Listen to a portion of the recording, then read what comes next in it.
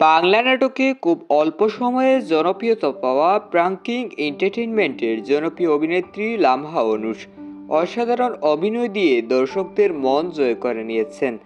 আজকের ভিডিওতে আমরা জানার চেষ্টা করব এই রূপসী অভিনেত্রীর জীবনে নানা জানা অজানা তথ্য। তো চলুন শুরু করা যাক আজকের ভিডিও। হাত বাড়িয়ে ছুঁই না তোকে, মন বাড়িয়ে ছুঁই।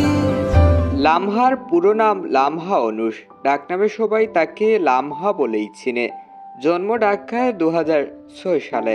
বর্তমানে তার বয়স 18 বছর, উচ্চতা 5 ফুট 3 ইঞ্চি এবং ওজন 50 কেজির মতো। জাতীয়তা বাংলাদেশি এবং তিনি ইসলাম ধর্মের অনুসারী।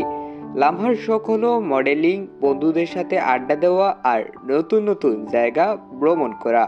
তার শিক্ষা জীবনের কথা বললে তিনি বর্তমানে রূপসী নিউ মডেল কলেজে ইন্টার সেকেন্ড ইয়ারের শিক্ষার্থী।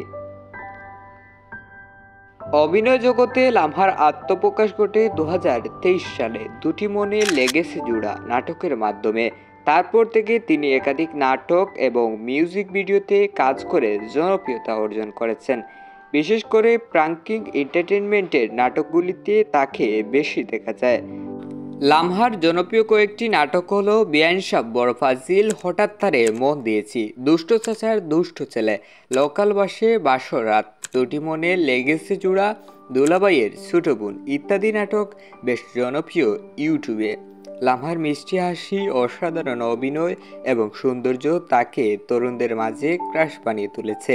যদিও লামহা নিজে দাবি করছেন তিনি এখনও সিঙ্গেল এবং তার কোনো বয়ফ্রেন্ড নেই, তবে গুঞ্জন রয়েছে যে তিনি শান্তর সাথে জুটিয়ে প্রেম করছেন।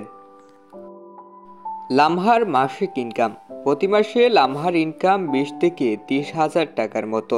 তিনি বিভিন্ন নাটক, মিউজিক ভিডিও এবং মডেলিং প্রজেক্ট থেকে এই আয় করে থাকেন।